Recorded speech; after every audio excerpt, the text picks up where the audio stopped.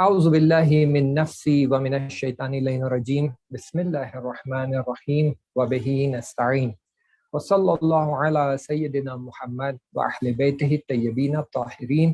اللہم صلی علی محمد وآل محمد وعجل فرجہ۔ ہماری بحث ایک نئے موڑ کی طرف، ایک نئے طریقے کی طرف، ایک نئے اپروچ کی طرف بڑھ چکی ہے، جس میں ہم نے بتایا کہ پہلے ہم نے بہت سارے مباحث کو کور کیا ہے جو ضرورت تھے، فنڈامنٹلز تھے، پری ریکویزٹس تھے، اور اس کے بغیر ہم یہاں تک نہیں پہنچ سکتے تھے۔ تو ان مباحث کو ہم نے کور کیا ہے تاکہ ہم یہاں تک پہنچے، اور یہاں سے ہم نے ایک نیا طریقہ، نئی روش استعمال کی ہے، سٹارٹ کیا ہے، وہ یہ کہ اپنے کچھ اعمال کو لیں گے اور ان اعمال کو ہم ایک ایک کر کے امپرووائز کریں گے، تاکہ جس طرح ہم اپنی نجی زندگی میں، پرسنل لائف میں الگ الگ ایکٹیویٹیز کے لیے خود کو تیار کرتے ہیں، الگ الگ اعمال کو تیار کرتے ہیں، اس طرح سے کہ ہمیں ہماری زندگی میں کامیابی مل سکے، تو اسی طرح ہم جو ہے یہاں بھی ہمارے اعمال کو اسی طرح سے تیار کریں۔ تو آئیے اس بحث کو آگے بڑھاتے ہیں۔ جو عمل ہم نے سلیکٹ کیا ہے وہ ہے نماز، کہ نماز کو لے کر ہم کیسے آگے بڑھیں گے، نماز کو ہم کیسے امپرووائز کریں گے، اور اس کے لیے ہم خود کو ایک مدت، ایک ٹائم، وقت دیں گے، تاکہ اس وقت کے بیسس پر ہم آگے بڑھ سکے، اپنی نماز کو امپرووائز کر سکے، اور جو ہے ہماری نماز کے ذریعے سے ہم خدا کی قربت حاصل کر سکیں۔ پچھلے جلسوں میں ہم نے بیان کیا تھا کہ نماز اگر قبول ہوتی ہے تو باقی سارے اعمال قبول ہو جاتے ہیں، اور اگر نماز قبول نہیں ہوتی ہے تو باقی سارے اعمال بھی قبول نہیں ہوتے ہیں۔ اسی لیے ہم نے نماز کو لیا ہے، کیونکہ نماز خدا کی سب سے محبوب ترین عبادت میں سے ہے، سب سے محبوب ترین عمل میں سے ہے، اسی لیے ہم نے نماز کو انتخاب کیا ہے۔ اور نماز کو لے کر ہم نے یہ بھی اسٹیبلش کیا ہے کہ نماز کا ایک ظاہر ہے، ایک باطن ہے۔ نماز کا ظاہر وہ اعمال ہے، وہ ایکٹیویٹیز ہے جو ظاہر میں دکھائی دیتے ہیں، اور نماز کا باطن وہ کنیکشن ہے، وہ ارتباط ہے جو ہم خدا سے برقرار کرتے ہیں۔ اور جس طرح ظاہری آداب کو رعایت کرنا ضروری ہے، اسی طرح باطنی جو ہے آداب کی رعایت کرنا ضروری ہے۔ اور نماز ایک زندہ چیز ہے، نماز ایک چیز ہے جو ہم ایجاد کر رہے ہیں، ہمارے عمل کے ذریعے اسے وجود میں لا رہے ہیں۔ تو ہمیں اس بات کا دھیان رکھنا ہے کہ کون سی چیز ہم وجود میں لا رہے ہیں، کیا وہ نورانی ہے یا سیاہ ہے۔ یہ ساری باتیں ہم جو ہے پچھلی بحث میں گزار چکے ہیں۔ اب آئیے اسی بات کو آگے بڑھاتے ہیں، اور یہاں پر ہم آداب کے بارے میں ذکر کرتے ہیں کہ یہاں پر جو آداب ہم نے ذکر کیے تھے پچھلی بار کہ ہمیں کچھ آداب کی رعایت کرنی ہوگی، اس میں سے ہم نے اشارہ کیا تھا، ایک عنوان ہوتا ہے، ایک ٹاپک ہوتا ہے، ایک کانسیپٹ ہوتا ہے آداب قلبی، اور ایک ہوتے ہیں آداب جسمی، یعنی وہ آداب جو ہمیں جسمی لحاظ سے، اپنی باڈی کے لحاظ سے، اپنے ظاہر کے لحاظ سے ہمیں مینٹین کرنے کی ضرورت ہے، اور ایک سیٹ آف آداب جو ہمیں قلبی لحاظ سے، اپنے دل کے لحاظ سے، اپنے روح کے لحاظ سے مینٹین کرنے کی ضرورت ہے، ایک تیاری کی ضرورت ہے۔ بہت چھوٹی سی مثال لیتا ہوں، پھر ہم آگے بڑھتے ہیں قلبی آداب کی طرف۔ ایک چھوٹی سی مثال جسمی آداب کی لیتے ہیں، اور پھر بعد میں اسے ہم ڈیل کریں گے اور ڈسکس کریں گے۔ مان لیجئے اگر آپ کی میٹنگ ہے آپ کے باس کے ساتھ، تو کیا آپ اپنے باس سے ملاقات کرنے کے ٹائم پر، یعنی اگر باس کہتا ہے صبح 10 بجے آپ کے ساتھ میٹنگ رکھنی ہے، تو کل 10 بجے آپ سے میں ملاقات کروں گا، تو کیا ہم ہمارے باس کی میٹنگ کے ساتھ، میٹنگ کے لیے 10 بجے کی جگہ 10:15 بجے جاتے ہیں، یا 10:30 بجے جاتے ہیں، یا 11 بجے جاتے ہیں؟ کیونکہ ایسا نہیں ہوتا ہے، ہم جو ہے وہاں پر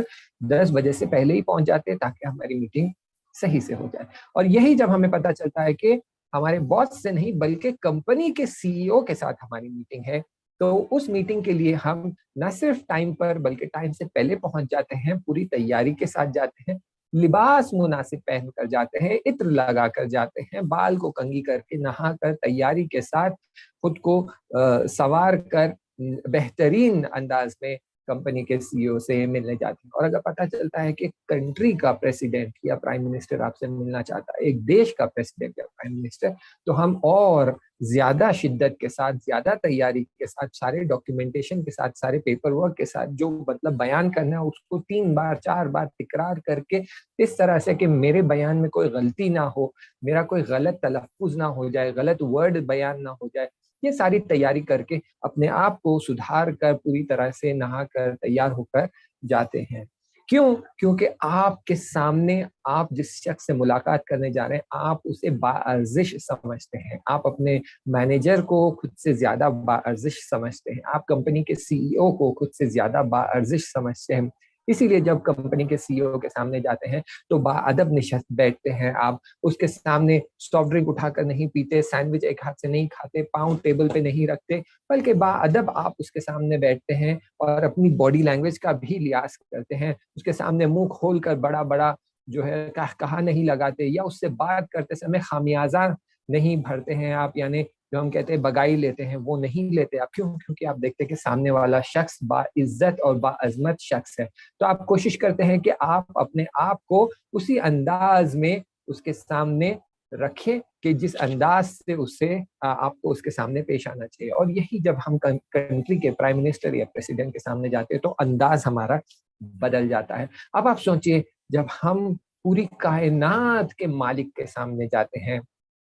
اس سے ملاقات کرنے جاتے ہیں، اس سے بات چیت کرنے جاتے ہیں، تو ہمیں کیسا ہونا چاہیے؟ اسی لیے آپ کو روایتوں میں ملتا ہے کہ جب آپ نماز کے لیے جاتے ہیں تو باوضو جائیے، عطر لگا کر جائیے، داڑھی کو کنگھی کر کے جائیے، لباس اچھا پہن کر جائیے، لباس پاک پاکیزہ اور معطر لباس ہونا چاہیے، مناسب لباس ہونا چاہیے۔ اس لباس میں پھر آپ جا کر خدا کی بارگاہ میں کھڑے ہوئیے اور عبادت کریے، تو خدا پھر ایسی عبادت کو پسند کرتا ہے، بلکہ ایسی عبادت میں خود آپ کو لطف آتا ہے، آپ کو مزہ آتا ہے، اور آپ ایسی عبادت کرنے میں رشد کر پاتے ہیں۔ لیکن ہماری عادت کیا ہے کہ ہم ہمارے کمپنی کے سی ای او کے سامنے اچھے لباس میں چلے جائیں گے، لیکن خدا کی بارگاہ میں جب کھڑے ہونا ہے تو وہی رات میں جو پیجامہ پہنتے ہیں، پھٹا بنین پہنتے ہیں، وہ پہن کر ہم خدا کی بارگاہ میں چلے جاتے ہیں۔ بال کی کنگھی، داڑھی کی کنگھی، عطر تو بہت دور کی بات ہے، بٹ ہمارے لباس سے بو آ رہی ہوتی ہے، ویسے ہی لباس میں ہم خدا کی بارگاہ میں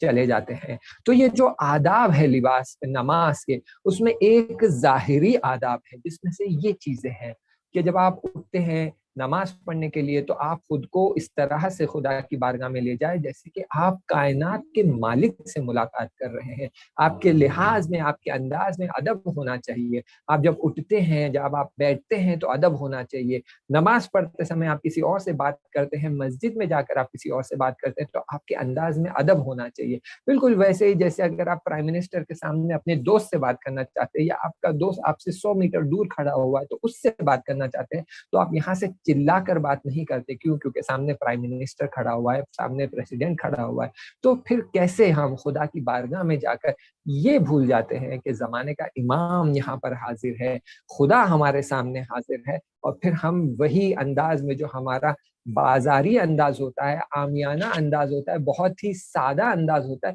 اس انداز میں ہم چلا کر، دوست کا نام پکار کر اور بے ادب کے بغیر بات چیت کرتے ہیں، آواز اونچی کر کے مسجد میں بات کرتے ہیں۔ اسی لیے آپ دیکھیں گے احادیث میں ملتا ہے کہ جب مسجد میں موجود ہے تو نیچی آواز میں بات کرے، چلا کر بات نہ کرے۔ یہ سارے ظاہری آداب ہے کہ خود کو جو ہے ڈیسنٹ اور کمپوز کر کے، سب کو آپ خود کو آرگنائز کر کے، مرتب کر کے، تمیز کر کے لے جائے کہ بال کنگھی ہوئے ہو، نہائے ہوئے ہو، میل نہ ہو آپ کی باڈی پر، اور جسم سے بدبو نہیں آ رہی ہو، لباس مناسب ہو۔ وہ یہ اور بات ہے کہ آپ جو ہے کام کر رہے ہیں اور آپ اپنے جو ہے دکان کے بازو ہی مسجد ہے، وہاں نماز پڑھنے جا رہے ہیں، اب دکان سے جا رہے ہیں تو آپ کے ہاتھ پہ تھوڑا بہت میل یا لباس پر میل لگا ہوا ہے، وہ الگ بات ہے۔ لیکن اگر آپ ایسی جگہ ہے جیسے گھر میں ہے، مناسب جگہ ہے، تو وہاں پر آپ کو اپنے لباس کا خیال رکھنا ہے۔ یہ سارے ظاہری آداب ہے کہ ان کا لحاظ رکھنا بہت ضروری ہے۔ تو جیسے ہم ظاہری آداب کا لحاظ کرتے ہیں، ویسے ہی ہمیں باطنی آداب اور جو قلبی آداب ہوتے ہیں ان کی طرف بھی ہمیں توجہ کرنے کی ضرورت ہے کہ بزرگان جو علماء ہیں، جو کمال تک پہنچ پائے ہیں، بڑے بڑے مقامات حاصل کر پائے ہیں، جو عرفا بن چکے ہیں، وہ آ کر ہمیں ہدایت کرتے ہیں، بتاتے ہیں کہ قلبی جو آداب ہے اس کا کیا مطلب ہوتا ہے، اس میں کیا چیزیں ہوتی ہیں جو ضروری ہوتی ہیں۔ تو سب سے پہلی چیز جس کی طرف اشارہ کیا جاتا ہے وہ یہ کہ آپ کو اس بات کی طرف توجہ کرنا ہے کہ وہ رب العالمین ہے، وہ عز الہی ہے، وہ باعزت شخص ہے جس کے سامنے ہم جا رہے ہیں۔ یہی مثال جو میں نے پریسیڈنٹ اور پرائم منسٹر کی دی ہے ویسے ہی، اور میں ایک عبد ہوں، میں ایک غلام ہوں، میں ایک ناچیز بندہ ہوں، میں ایک ناچیز شے ہوں جو اس خدا کے سامنے جا رہا ہوں، اور وہ خدا باعزت خدا ہے، وہ بلند مرتبہ خدا ہے، وہ اللہ اکبر ہے، اور میں ادنا ضعیف اور جو ہے بہت ہی معمولی سی ہستی ہوں جو اس عظیم ہستی کی بارگاہ میں کھڑا ہونے والا ہوں اور اس کی عبادت کے لیے جانے والا ہوں۔ تو یہ بات ہمیں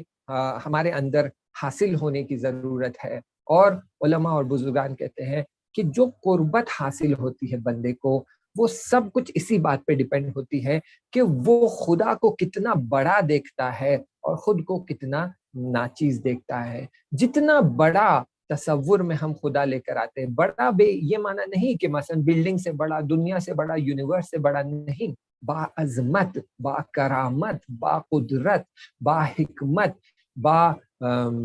جو ہے اس کی جو ہیبت ہے، با ہیبت، جو خدا کو ہم اتنی عظمت کے ساتھ دیکھتے ہیں اور اس عظمت کو حقیقتاً فیل کرتے ہیں اپنے وجود میں، تو ہم اپنے اندر خود کو ادنا پائیں گے، خود کو ہم ضعیف پائیں گے، خود کو ہم جو ہے نامراد پائیں گے، خود کو ہم ایسی شخصیت پائیں گے جو نادار ہے، جس کے پاس کچھ بھی نہیں ہے، جو کچھ ہے وہ خدا کا ہے، خدا کا عطا کیا ہوا ہے، ناچیز خود کو حساب کریں گے۔ جب آپ خود کو اس انداز میں دیکھتے ہیں اور خدا کو اس انداز میں دیکھتے ہیں تو تب جا کر جو ہے وہ خضوع و خشوع و قربت کے دروازے جو ہے کھلنا شروع ہو جاتے ہیں۔ تو پھر ہم دھیرے دھیرے اپنی نماز کے ذریعے خدا کی قربت حاصل کرنا شروع کرتے ہیں۔ تو یہ جو بحث ہے اس میں ہمیں یہ دیکھنا ہے اور یہ سمجھنا ہے کہ خدا کی عظمت کو سمجھنا ہے، اور یہ سمجھنا ہے کہ وہ کتنا بے نیاز ہے، اور میں کیسا عبد اور ناچیز ہوں اور کتنا نیاز مند ہوں کہ پوری طرح سے خدا کے اوپر میں ڈیپینڈنٹ ہوں۔ حتیٰ میرا وجود، حتیٰ یہ اجازت کہ میں نماز پڑھ رہا ہوں، یہ بھی خدا کی مرضی کے بنا ممکن نہیں ہے۔ اور جب یہ احساس ہمارے اندر آ جاتا ہے تو وہ عبودیت کا احساس ہمارے اندر آ جاتا ہے۔ پھر ایسا شخص جب نماز کے لیے کھڑا ہوتا ہے تو وہ نماز میں پوری توجہ سے خدا کے سامنے کھڑا ہوتا ہے اور اس عظمت کے سامنے تھر تھرا رہا ہوتا ہے، کانپ رہا ہوتا ہے۔ تو یہ پہلا مرحلہ ہے، پہلا مرتبہ ہے کہ ہمیں چاہیے کہ اس بات کو سمجھے کہ وہ خدا رب العالمین ہے، وہ پروردگار عالمین ہے، وہ اللہ اکبر ہے، اور میں جو ہے بہت ہی ضعیف اور اصغر اور ناچیز شے ہوں۔ اور اس راستے پہ بڑھنے کے لیے جو امپورٹنٹ باتیں ہیں وہ ہمیں توجہ کرنے کی ضرورت ہے۔ جو علماء اور بزرگان آ کے کہتے ہیں، اس میں سے کئی باتیں بہت پیچیدہ ہے۔ انشاءاللہ اگلے جلسے میں ہم جب اس کے بات کو ڈسکس کریں گے تو ایک بہت ہی امپورٹنٹ اور پیچیدہ مسئلہ ہے جو میں انشاءاللہ اسے ایڈریس کروں گا، جو آپ سن کر سوچیں گے کہ علماء کس حد تک، کس عمق تک، کس ڈیپ انٹینسٹی تک جا کر اپنی باتوں کے اوپر سوچتے تھے اور عمل کی طرف بڑھتے تھے۔ تو اب یہ جو قربت ہم حاصل کرنا چاہتے ہیں، یہ جس طرح ہم نے پچھلے جلسوں میں بھی بتایا ہے کہ یہ کوئی ایک دن کی بات نہیں ہے، ایک دن میں حل ہونے والی بات نہیں ہے، ایک ہفتے میں حل ہونے والی بات نہیں ہے۔ اس کے لیے محنت کرنی پڑے گی، اور اسی لیے ہم نے خود کو 1 سال کا وقت دیا ہے کہ اس 1 سال میں ہم کس طرح خود کو تیار کرتے ہیں، خود کو آگے بڑھاتے ہیں، تاکہ یہ ہم جو ہے قربت حاصل کر سکے۔ اور انسان کے لیے جو ہے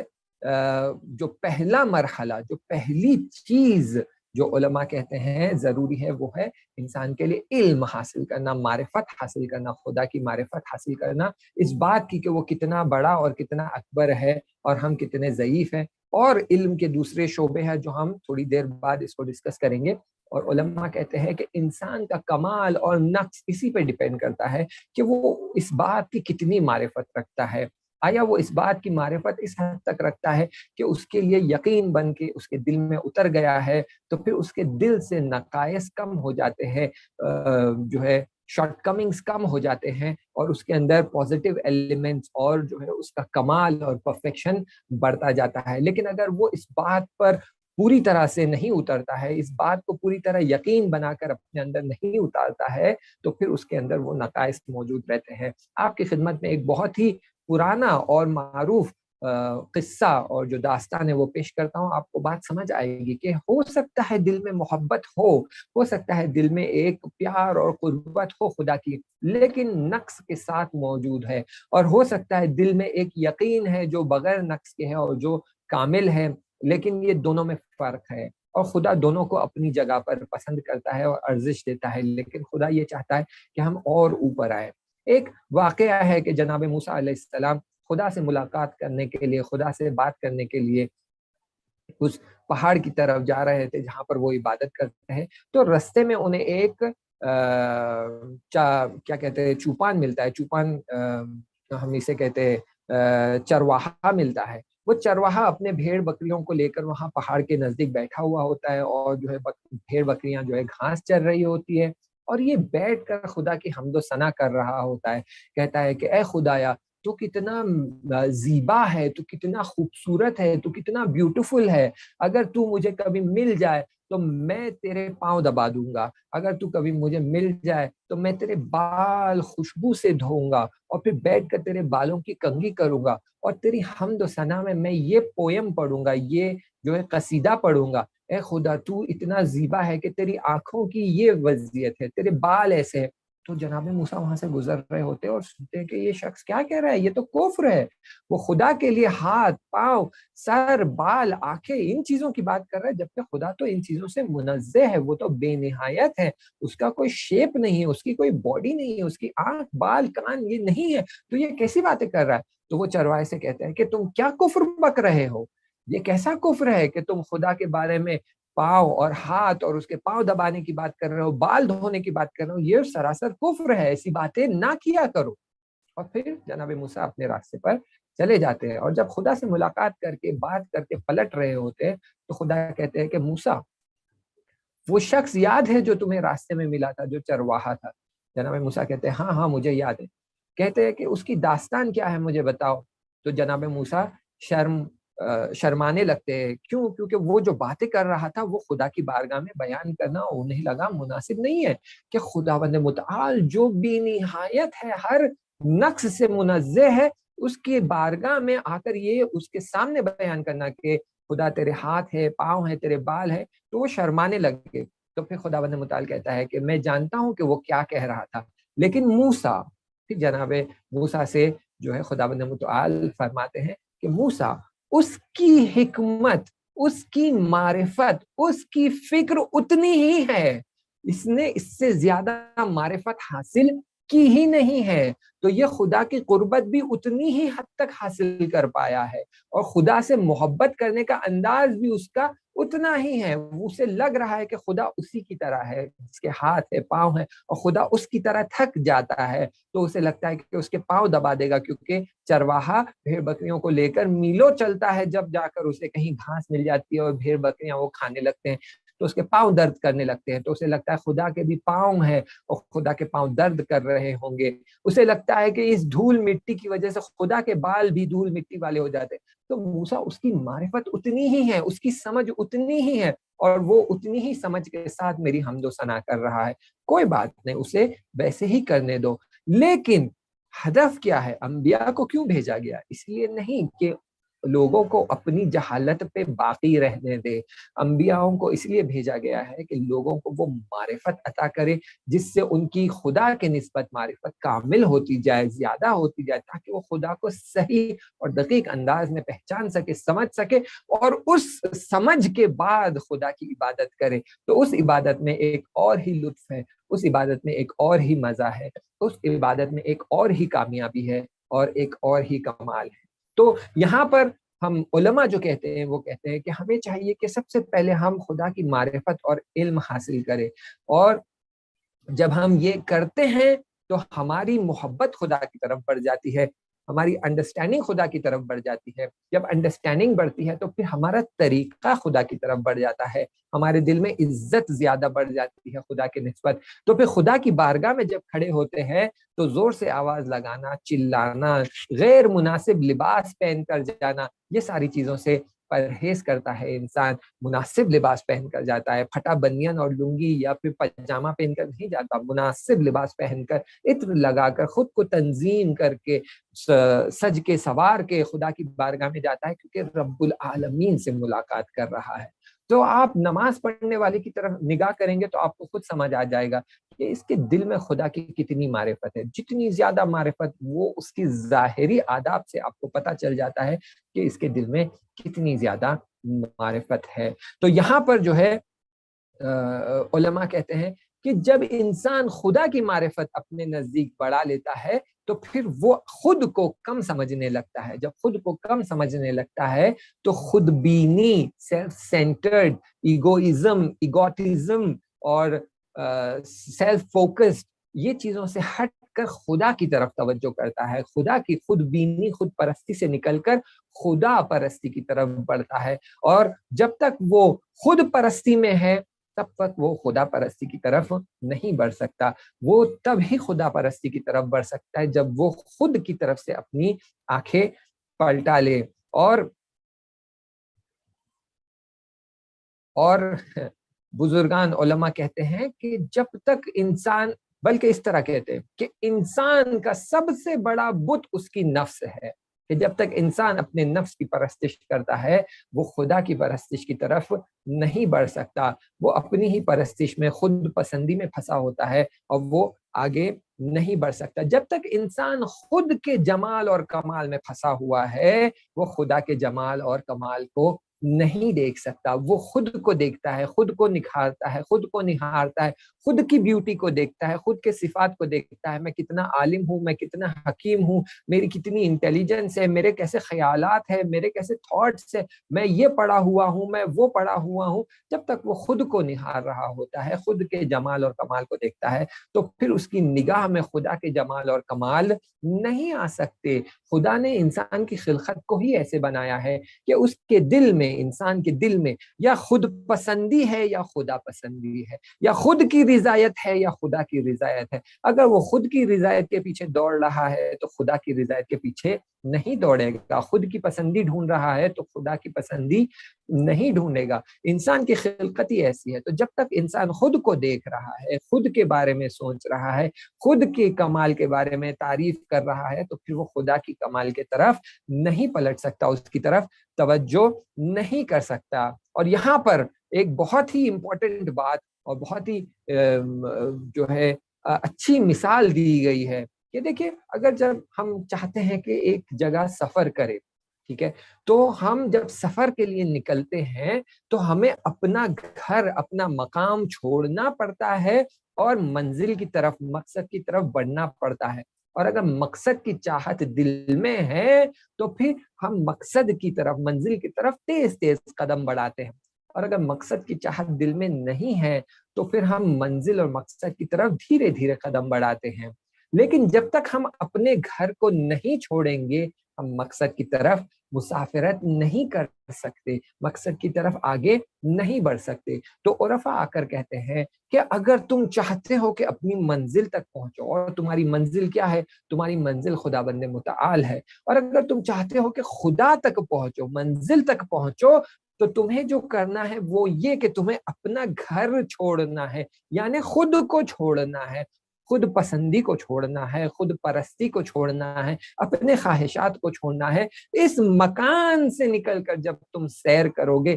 مسافرت کرو گے, آگے بڑھو گے, تو پھر تم مسافر بنو گے, راہی بنو گے اس راہ کی طرف, صراط المستقیم کی طرف, جو تمہیں خدا تک لے جائے گا, خدا کی قدرت تک لے جائے گا, خدا کے کمال تک لے جائے گا, خدا کی قربت تک لے جائے گا, خدا کے جمال تک لے جائے گا. تو جب تک ہم خود کو تھامے رکھے ہیں ہم آگے نہیں بڑھ سکتے. اسی لیے ضروری ہے کہ یہ باتیں آپ کی خدمت میں پیش کیے جائے، کیونکہ اگر یہ باتیں میں نہیں بتاؤں گا تو ہو سکتا ہے کہ آپ نماز امپروو کرنے کے لیے بہت محنت کر رہے ہیں، بہت جد و جہد کر رہے ہیں، لباس آپ نے مناسب پہن لیا، عطر لگا لیا، تلفظ آپ کے صحیح ہو گئے، تمرکز اور فوکس آپ کا صحیح ہو گیا، لیکن خود پسندی سے آپ باہر نہیں آ پائے، تو پھر جتنی محنت کر لی اس محنت کے بعد آپ بڑی مشکل سے 1 یا 2 قدم بڑھ پائیں گے۔ لیکن اگر آپ نے خود پسندی، خود پرستی، خود خواہش، خود بینی اپنے اندر سے خود کو چھوڑتے ہیں اور خدا کی طرف توجہ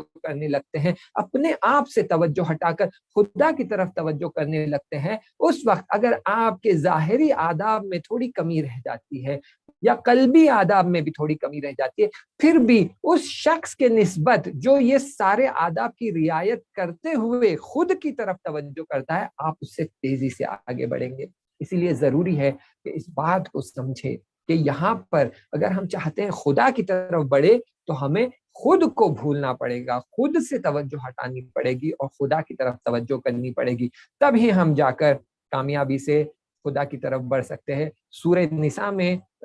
100 آیت 100ویں آیت میں خداوند متعال فرما رہا ہے وَمَن يَخْرُجْ مِن بَيْتِهِ مُهَاجِرًا إِلَى اللَّهِ وَرَسُولِهِ ثُمَّ يُدْرِكْهُ الْمَوْتُ فَقَدْ وَقَعَ أَجْرُهُ عَلَى اللَّهِ۔ اگر کوئی اپنے گھر سے خارج ہو جاتا ہے، یخرج من بیتہ، من یخرج من بیتہ، کوئی اگر اپنے گھر سے خارج ہو جاتا ہے بیت سے اور مہاجرت کرتا ہے خدا اور رسول کی طرف، اور اس راستے میں اگر موت آ کر اسے جکڑ لیتی ہے تو پھر اس کا اجر خدا کے پاس ہے، یعنی خدا اس کا اجر طے کرے گا، خدا بتائے گا کہ اس کو کیا اجر ملنی چاہیے۔ اب دیکھیں ظاہری آیت تو یہ ہے کہ من یخرج من بیتہ، یعنی اپنے گھر سے نکل کر خدا کی راہ میں حرکت کرنا، خدا کی معرفت حاصل کرنے کی طرف آگے بڑھنا، یہ باتیں ہوتی ہیں۔ لیکن اس کا ایک باطنی معنی ہے، وہ باطنی معنی یہ ہے کہ اپنے آپ سے نکل کر خدا کی طرف بڑھنا، اپنے آپ کو چھوڑ کر خدا اور رسول کی طرف بڑھنا، خدا اور رسول کے بلانے پر لبیک کہنا، خدا کی راہ میں آگے بڑھنا اور سیر و سلوک کرنا، یعنی قربت الہی حاصل کرنے کی کوشش کرنا، قربت اہل البیت علیہ السلام حاصل کرنے کی کوشش کرنا۔ تو یہ ایک ظاہری معنی یہ ہے کہ آپ واقعاً گھر سے نکل رہے ہیں اور زیارت پر جا رہے ہیں، حج پہ جا رہے ہیں، طالب علم بن جاتے ہیں، سیمینری اسٹوڈنٹ بن جاتے ہیں، حوزے میں آ جاتے ہیں، یہ تو ظاہری معنی ہوا ہے۔ لیکن ایک باطنی معنی یہ ہے کہ اپنا گھر یعنی یہ نفس، اس نفس کی پرستش کو چھوڑنا، اس نفس کی پیروی کو چھوڑنا، ہوائے نفس کو سننا چھوڑ دینا، اس کی باتوں میں آنا چھوڑ دینا اور مسافرت کرنا، حرکت کرنا، ہجرت کرنا کس کی طرف؟ اللہ سبحانہ و تعالیٰ اور رسول خدا صلی اللہ علیہ وآلہ وسلم کی طرف، یعنی یہ کہ میں اپنی ہوائے نفس کی نہیں سنوں گا لیکن اللہ کی سنوں گا، میں اپنی ہوائے نفس کی نہیں سنوں گا لیکن رسول اللہ کی سنوں گا، میری مرضی کو دبا دوں گا اور اللہ کی مرضی کو مجھ پر حاوی کر دوں گا، میری مرضی سے زیادہ امپورٹنس میں رسول خدا صلی اللہ علیہ وآلہ وسلم کی مرضی کو امپورٹنس دوں گا۔ تو ان باتوں کو نظر میں رکھتے ہوئے اگر میں آگے بڑھتا ہوں اور اس دوران میں میری موت ہو جاتی ہے تو خدا کہتا ہے کہ تمہارا اجر میرے پاس ہے، میں تمہارا حساب کتاب کروں گا، میں تمہیں اس کا ریوارڈ دوں گا، میں تمہیں اس کا ثواب دوں گا۔ تو یہ جو ہے ایک ظاہری اور باطنی معنی آیات سے ہمیں ملتا ہے کہ کس طرح خدا کی طرف بڑھنا ہے اور نفس کو چھوڑنا ہے۔ یہ تو ایک بات ہو گئی ہے۔ یہاں پر امام خمینی رحمت اللہ علیہ وہ آ کر ایک تشبیہ کرتے ہیں، ایک کمپیریزن کرتے ہیں، ایک مثال دیتے ہیں اور وہ کہتے ہیں کہ دیکھیے ہجرت کا معنی ہے کہ ایک جگہ سے نکل کر دوسری جگہ پر جانا، ایک جگہ سے نکل کر دوسری جگہ پر مسافرت کرنا۔ تو وہ کہتے ہیں مسافر کسے کہتے ہیں؟ مسافر اس شخص کو نہیں کہتے جو اپنے گھر سے نکلتا ہے لیکن اپنے شہر کے باہر نہیں جاتا، اپنے شہر کے اندر ہی گھومتا رہتا ہے اور نیت یہ ہوتی ہے کہ واپس گھر کو لوٹ آنا ہے۔ تو ایسے شخص کو مہاجر نہیں کہیں گے، ہجرت کرنے والا نہیں کہیں گے۔ کیوں؟ کیونکہ اس نے ابھی تک اپنے شہر کو نہیں چھوڑا ہے۔ مہاجر کسے کہتے ہیں؟ مہاجر اس شخص کو کہتے ہیں کہ وہ اپنے شہر سے اتنا دور چلا جاتا ہے کہ اسے اپنے شہر کی دیواریں نظر نہیں آتی ہے، اسے اپنے شہر کی اذان سنائی نہیں دیتی ہے، تو پھر وہ مسافر اور مہاجر ہو جاتا ہے۔ پھر یہاں سے اس پر نماز قصر ہوتی ہے، وہ الگ بحث، لیکن اسے مہاجر کہا جاتا ہے، یعنی یہ ہجرت کر رہا ہے، نکل چکا ہے اپنے محلے سے اور جا رہا ہے، بڑھ رہا ہے خود جو ہے دوسرے مکان کی طرف، منزل کی طرف، مقصد کی طرف۔ تو وہ کہتے ہیں کہ اگر انسان چاہتا ہے کہ وہ مہاجرت کرے اور وہ مسافرت کرے، وہ نکلے اپنے مقام سے، نکلے اپنے گھر سے اور رسول کی طرف، رسول خدا صلی اللہ علیہ وآلہ وسلم کی طرف، خدا کی طرف مہاجرت کرے، مسافرت کرے، تو اسے اپنے نفس کی دیواروں سے باہر جانا ہے، اسے اپنے آپ سے اتنا دور، اپنی نفس کی خواہشوں سے اتنی دور جانا ہے کہ اسے اپنی نفس کی خواہشیں دکھائی نہ دے، جیسے شہر کی دیواریں دکھائی نہ دے، اور جیسے شہر کی آذان سنائی نہ دے، ویسے ہی اسے اپنے تعریفیں، اپنی تعریفوں کے پل جو دوسرے باندھتے ہیں، جو آ کر بار بار کرتے، وہ سنائی نہ دے، اسے جو سنائی دے وہ صرف حمد و ثنا خداوند متعال ہو، حمد الہی سنائی دے، حمد خدا سنائی دے۔ تو اس شخص کو ہم کہیں گے کہ یہ مہاجرت کر رہا ہے اپنے گھر سے نکل کر خدا کی طرف، یعنی اپنی نفس سے نکل کر خدا اور رسول کی طرف۔ بہت ہی پیاری اور بہترین تشبیہ ہے کہ وہ شخص واقعاً مہاجر ہے جو اپنی نفس سے نکل رہا ہے اور خدا کی طرف بڑھ رہا ہے، اور صرف اس کی باتیں سن رہا ہے، اس کے شہر کی طرف بڑھ رہا ہے، اور اپنے شہر کو، اپنی نفس کو پیچھے چھوڑا جا رہا ہے، تاکہ وہ اس کامیابی کی طرف، اس کمال کی طرف بڑھ سکے جو خدا میں موجود ہے۔ اور اسے ہم کہیں گے مہاجر، اور ایسے مہاجر کے لیے خداوند متعال فرماتا ہے کہ تمہارا اجر، تمہارا ثواب، تمہاری نیکیاں میرے پاس ہے، تمہارا ثواب کوئی نہیں لکھ سکتا، کوئی حساب کتاب نہیں کر سکتا، میں اجر دینے والا ہوں۔ وآخر الدعوانا وصلی اللہ علی سیدنا محمد وأهل بيته الطيبين الطاهرين اللهم صل على محمد وآل محمد وعجل فرجهم بسم الله الرحمن الرحيم اللهم كل وليك الحجة ابن الحسن صلواتك عليه وعلى آبائه في هذه الساعة وفي كل ساعة وليا وحافظا وقائدا وناصرا ودليلا وعينا حتى تسكنه أرضك توعا وتمتعه فيها طويلا برحمتك يا أرحم الراحمين آمين يا رب العالمين۔